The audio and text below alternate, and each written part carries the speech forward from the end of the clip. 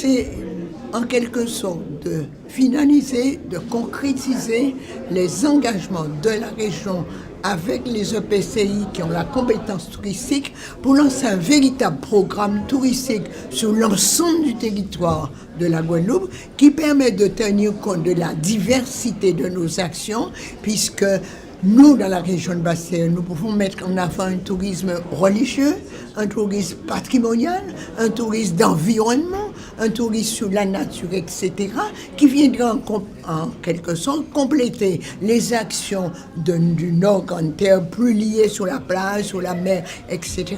Ça rentre dans la vision du président Chalus de tenir compte de la réalité des territoires.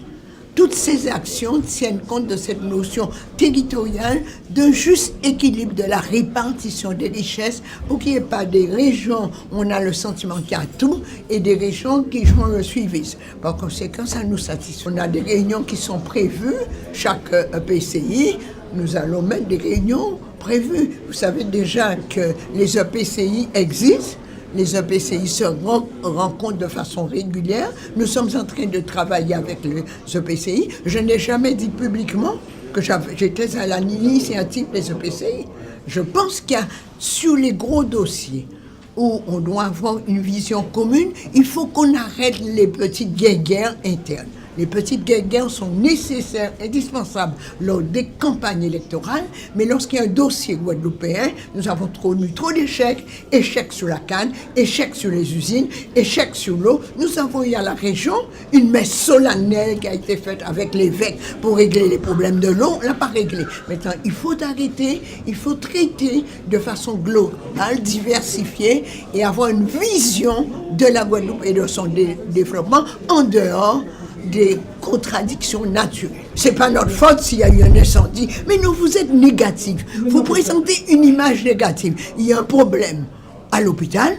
La force de politique, c'est de le régler. C'est ce qu'on fait. Nous savons tous que la France a des difficultés financières, que le président actuel mène un combat pour repositionner la place de la France dans l'Europe. Donc, c'est pas du jour au lendemain. Il faut arrêter, messieurs les journalistes, cette image d'une Guadeloupe négative où ça ne va pas, on a besoin de ceci. Il y a des choses positives qui se font. Moi, quand je vois des jeunes Guadeloupéens qui sont en train, à Jarry, de faire des opérations, de monter des cuisines très modernes avec des orientations, je félicite. Moi, je vis dans l'avenir, je vis dans l'espoir, parce que la vie, c'est un combat et qu'il est bon de le gagner, de savoir le mener. Voilà ce qui m'intéresse. Attendez, les problèmes de l'eau remontent depuis la décentralisation 1982.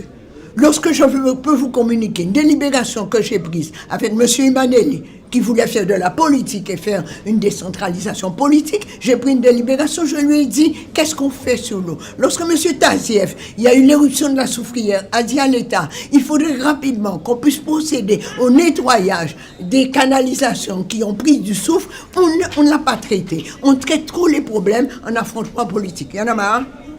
Moi, j'ai ma position, la Guadeloupe d'abord.